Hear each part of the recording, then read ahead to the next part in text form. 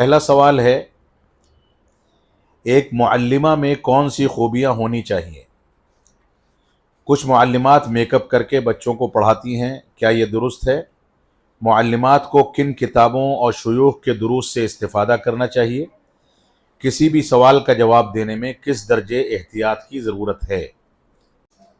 معلمہ ہو یا معلمین ہوں، سب کو در حقیقت ان خوبیوں سے متصف ہونا چاہیے جو خوبیاں ایک عالم دین کی ہوتی ہیں۔ صحابہ کرام کون سی خوبیوں کو اختیار کرتے تھے؟ جو چیزیں آپ کو پڑھانی ہیں اس میں محنت و جستجو کرنا، دل جمعی سے کام لینا، مسائل میں اگر شبہات ہیں تو علماء سے رجوع کر کے ان پر یقین حاصل کرنا، اور ایسے ہی جو بھی آپ کو پڑھانا ہے، جو کتاب پڑھانی ہے، اس کتاب میں چاہے ایک سطر بھی پڑھانی ہو تو بغیر مطالعہ کے بچیوں کے سامنے نہ آنا،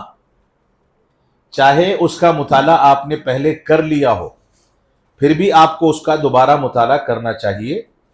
اور پوری جستجو اور محنت کے ساتھ تیاری کر کے اپنے درس میں حاضری دینی چاہیے،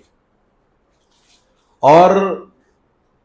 ہر اس صفت سے بچنا چاہیے جس کے نتیجے میں بچیاں غلط اثرات قبول کر سکتی ہیں۔ مثال کے طور پر ایسا لباس پہن کر کے آپ بچیوں کے سامنے نہ آئیں جو باریک ہو یا تنگ ہو، لباس خالص اسلامی اور اسلامی صفات سے متصف ہونا چاہیے۔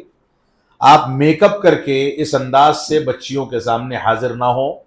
جس میک اپ کا غلط اور منفی اثر بچیوں کے ذہن و دماغ پر پڑے اور اس کی وجہ سے ان کے اندر شیطان کو داخل ہو کر کے بہکانے کا موقع ملے۔ تھوڑی بہت زیب و زینت جو عورت کی فطرت کے اندر شامل ہے، اسلامی آداب کا خیال کرتے ہوئے اتنی زیب و زینت اختیار کرنے میں انشاءاللہ کوئی حرج کی بات نہیں ہے۔ ایسے ہی اس پرچے کا تیسرا نقطہ ہے سوال کا کہ معلمات کو کن کتابوں سے اور کن شیوخ سے استفادہ کرنا چاہیے۔ تو دوران درس اس بات کا تذکرہ آیا کہ معلمات کو جن کتابوں سے استفادہ کرنا چاہیے وہ کتابیں مراجع اور مصادر کی کتابیں ہوں، امہات کتب ہوں، قابل اعتماد کتابیں ہوں، ایسی کتابیں ہوں جن کتابوں کی توثیق علماء اور بڑے علماء نے کر رکھی ہو، بڑے علماء نے اس کے بارے میں یہ تاثر دیا ہو کہ یہ کتاب قابل اعتماد ہے۔ ایک تو مطالعے میں اس کتاب کو آپ کو شامل رکھنا چاہیے، دوسری بات شیوخ اور مشائخ اور علماء ایسے جو قرآن و سنت کو سلف صالحین کے منہج پر آپ کے سامنے پیش کرتے ہیں، اگر ان سے غلطی ہو جاتی ہے تو رجوع کرتے ہیں، بڑے علماء سے ہمیشہ جڑ کر کے مسائل کو حل کرتے ہیں، اور ایسے علماء جو مشکلات میں اور آسانیوں میں ہر موقع سے امت کے کام آتے ہیں، مشکلات پر صبر کرتے ہیں اور قرآن و سنت کے دلائل کو منہج سلف کے مطابق لوگوں کے سامنے پیش کرنے کی قدرت اور صلاحیت رکھتے ہیں۔ ایسے علماء سے آپ کو جڑ کر کے کام کرنا چاہیے، اور کسی بھی سوال کا جواب جب آپ سے سوال کیا جائے اور اس کا جواب دینا ہو تو آپ کی ذمہ داری یہ ہے کہ اگر جواب پر آپ کو اطمینان نہیں ہے، یہ یقین نہیں ہے کہ اس کا جواب یہی ہوگا، تو ایسی صورت میں آپ خاموشی اختیار کریں، اور اس بات کو سمجھ لیں کہ آج کل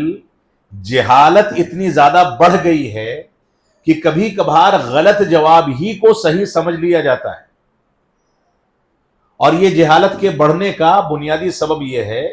کہ ہم نے علماء سے اپنے رابطے کو کمزور کر دیا ہے۔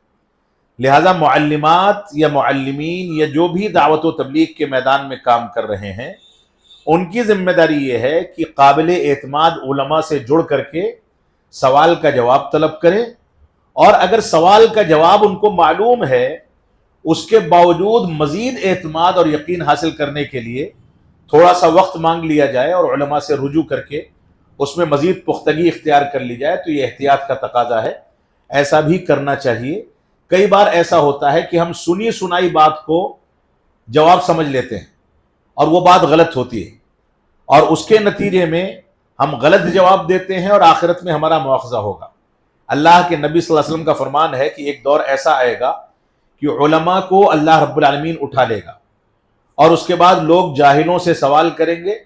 اور جاہل بغیر علم کے جواب دیں گے، اور اس کے بعد خود بھی گمراہ ہوں گے اور لوگوں کو بھی گمراہ کریں گے۔ لہذا آپ جواب دینے میں حد درجہ احتیاط رکھیں اور اس بات کو سمجھ کر کے چلیں کہ لا ادری یہ کہہ دینا کہ مجھ کو نہیں معلوم، یہ بھی عین علم ہے، یہ بھی علم کا بنیادی حصہ ہے۔ صحابہ کرام بھی اس طرح کے صیغے استعمال کیا کرتے تھے۔ لہذا آپ اس بات کو سمجھ کر کے چلیں